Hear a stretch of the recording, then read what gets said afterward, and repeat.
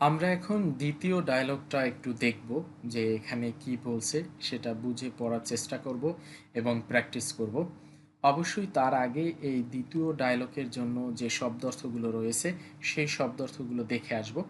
পরবর্তী পেজে শব্দার্থ আছে, আমরা আগে ওই শব্দগুলো শিখে আসব। আমরা 16 নম্বর পেজে আছি আপনাদের টেক্সট বইয়ের। 16 নম্বর পেজে কিছু নতুন শব্দ আছে, এই শব্দগুলো আমরা এখন শিখে নিব। প্রথম শব্দটা হচ্ছে ক ক, মানে হচ্ছে বড় ভাই। ফার্স্ট টোন একটু টেনে বলতে হবে, ক ক। প্রথমটা টেনে বলতে হবে, পরেরটা নর্মালি বলতে হবে, ক ক বড় ভাই। দ্বিতীয় শব্দ ইয়াও, ফোর টোনে শর্ট করে বলতে হবে ইয়াও। ইয়াও অর্থ চাওয়া বা এটা দ্বারা দরকার বোঝায়, আবার এই শব্দটা দ্বারাই ফিউচার টেন্স বোঝায়। অবশ্যই আপনারা লিখে রাখবেন, এখানে লেখা আছে ওয়ান্ট চাওয়া, ইয়াও এটা দ্বারা চাওয়া বোঝায়, সাথে লিখবেন দরকার বোঝায় এবং ফিউচার টেন্স বোঝায়। তাহলে ইয়াও এই শব্দটার আমরা তিনটে অর্থ পেলাম, চাওয়া, দরকার, ফিউচার টেন্স। অবশ্যই আপনি এটা নোট করে রাখবেন এবং মুখস্থ করার সময় এইভাবে পড়বেন। তারপরের শব্দ খাফেই, মানে হচ্ছে কফি, খাফেই। এরপরে হচ্ছে তিতি, প্রথমটা ফোর টোন শর্ট করে বলতে হবে তিতি, ছোট ভাই। ওমেন আমরা বা আমাদের, আমরা জানি আগেই ও এটার অর্থ হচ্ছে আমি, মেন এটা দ্বারা বহুবচন বোঝায়, তাহলে ওমেন আমরা বা আমাদের। এরপরে হচ্ছে হ, ফার্স্ট টোন অবশ্যই টোন সহকারে পড়তে হবে, হ পান করা। ফার্স্ট টোন টেনে বলতে হবে, হ পান করা। 7 নম্বর ওয়ার্ডটা হচ্ছে তিং, এটা একটা সাম নেম বা বংশনাম, এটা মুখস্থ করতে হবে না, এটা পড়ার কিছুই নেই। এখান থেকে আমরা এই 6টা শব্দ পড়ব।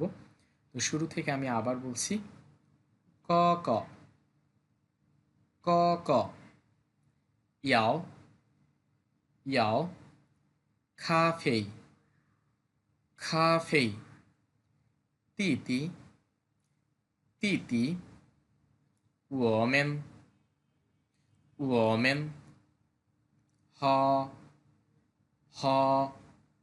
ওকে, চলুন এখন এই শব্দগুলো দিয়ে আমরা কি কি সেন্টেন্স তৈরি করতে পারি সেটা একটু দেখি। প্রথম শব্দটা হচ্ছে ক ক। আমরা বড় ভাইকে বলতে পারি বা বড় ভাইকে জিজ্ঞেস করতে পারি যে বড় ভাই আপনি ভালো আছেন কিনা। তো সেটা আমরা এভাবে বলতে পারি, ক ক নি হাওমা। এই সেন্টেন্সটা আমরা আগেই শিখেছি, নি হাওমা মানে হচ্ছে আপনি কেমন আছেন। তো আমরা তাকে বলতে পারি, ক ক নি হাওমা, বড় ভাই আপনি কেমন আছেন। তারপরের শব্দ ইয়াও, ইয়াও মানে দরকার, ইয়াও মানে হচ্ছে দরকার। তো বড় ভাইকে আমরা কোশ্চেন করতে পারি, ক ক নি, এন আই নি, থার্ড টোন যেটা, যেটার অর্থ হচ্ছে তুমি বা আপনি। তাহলে ক ক নি, নি ইয়াও মানে আপনার দরকার খাফেই, কফি। এটার সাথে আমরা একটা মা লাগাবো, এম এ মা, যেটার কোনো টোন নেই, এটা দ্বারা কোশ্চেন বোঝায় বা কি বোঝায়। তাহলে পুরো কোশ্চেনটার অর্থ হবে, বড় ভাই আপনার কফি দরকার কি, ক ক নি ইয়াও খাফেই মা, ক ক এরপরে নি দিব, নি ইয়াও খাফেই এরপরে দিব মা, ক ক নি ইয়াও খাফেই মা, বড় ভাই আপনার কফি দরকার কি। ওকে, তারপরের ওয়ার্ড খাফেই মানে কফি। এখন কেউ যদি বলে আমি কফি পছন্দ করি, তাহলে সে কিভাবে বলবে। আমরা আমি কি হবে সেটা জানি, ও মানে আমি। চলুন এই সেন্টেন্সটা একটু লিখে দেখাই আপনাদের। সেন্টেন্সটা হবে ও মানে হচ্ছে আমি, এরপরে হচ্ছে শি হুয়ান, এই শব্দটার অর্থ হচ্ছে পছন্দ করা বা লাইক করা, থার্ড টোন হবে এটা, ও শি হুয়ান। এরপরে কি হবে, খাফেই মানে হচ্ছে কফি,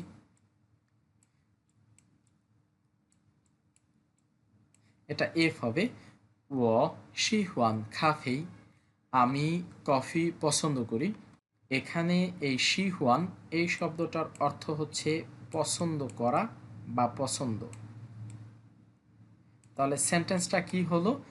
ও শিহুয়ান খাফেই, আমি পছন্দ করি কফি, বা বাংলায় যদি আমরা সাজিয়ে বলি তাহলে হবে আমি কফি পছন্দ করি। এখন সাপোজ আপনি বলবেন আমি কফি পছন্দ করি না, তখন আপনি কি বলবেন? তখন সেন্টেন্সটা এরকম হবে, এই সাবজেক্টের পরে এখানে আপনার ওই নেগেটিভ ওয়ার্ডটা বসাতে হবে। এটা আমরা সেন্টেন্সের স্ট্রাকচারে দেখেছি। আমরা এই অধ্যায়েই একটা নেগেটিভ শব্দ শিখছি, সেটা হচ্ছে পু, বি ইউ, পু, ফোরটন। এই পু অর্থ হচ্ছে না। তাহলে আপনি যদি কফি পছন্দ না করেন, সেন্টেন্সটা আপনি এভাবে বলবেন, ও পু শি হুয়ান খাফেই, ও পু শি হুয়ান খাফেই। আর যদি পছন্দ করেন তাহলে আপনি বলতে পারেন ও শি হুয়ান খাফেই, আমি কফি পছন্দ করি। ওকে, তার পরবর্তী ওয়ার্ড হচ্ছে আমাদের তিতি। তিতি মানে হচ্ছে ছোট ভাই। এখন যদি আমরা বলতে চাই ছোট ভাইয়ের কফি লাগবে বা ছোট ভাইয়ের কফি দরকার, তাহলে আমরা কিভাবে বলতে পারি? আমরা বলতে পারি তিতি ইয়াও খাফেই, তিতি ইয়াও খাফেই। এরপরে হচ্ছে ওমেন। ওমেন মানে আমরা বা আমাদের। এখন যদি আমরা বলতে চাই আমাদের কফি দরকার বা আমরা কফি চাই, তাহলে আমরা সেন্টেন্সটা এভাবে বলবো, ওমেন ইয়াও খাফেই, ওমেন আমাদের, ইয়াও দরকার, খাফে কফি বা আমরা চাই কফি। এর পরের শব্দ হচ্ছে হ, পান করা। হ, পান করা। তো কেউ যদি বলে আমার কফি পান করা দরকার বা আমি কফি পান করতে চাই, সেটা কিভাবে বলবে?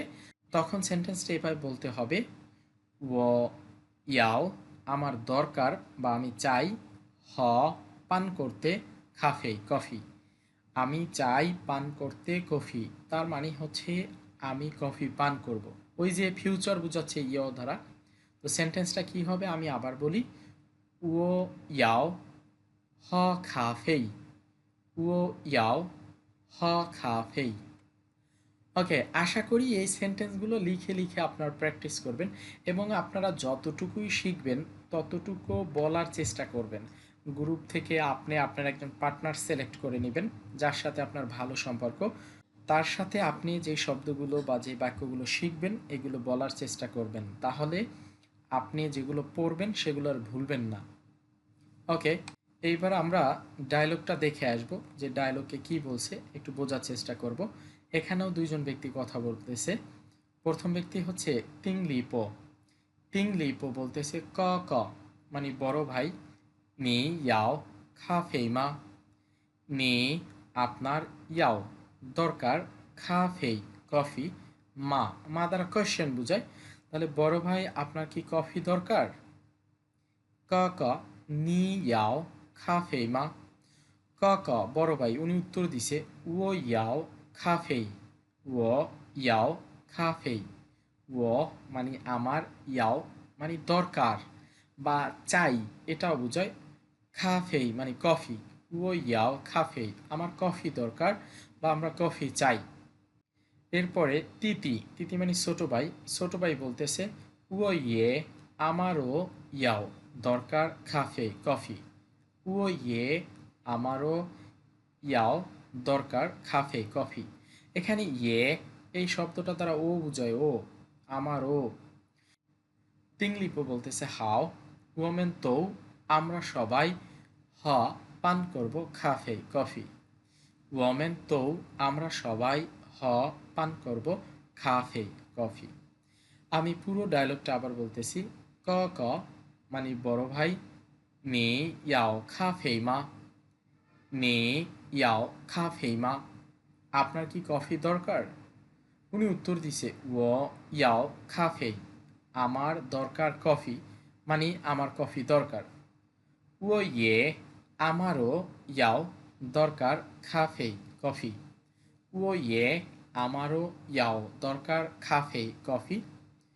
তিংলিপো বলতেছে এখন হাও ভালো, ওমেন তো আমরা সবাই, ওমেন তো আমরা সবাই, হ খাফে কফি পান করব। আশা করি আপনারা ডায়লগটা বুঝতে পেরেছেন।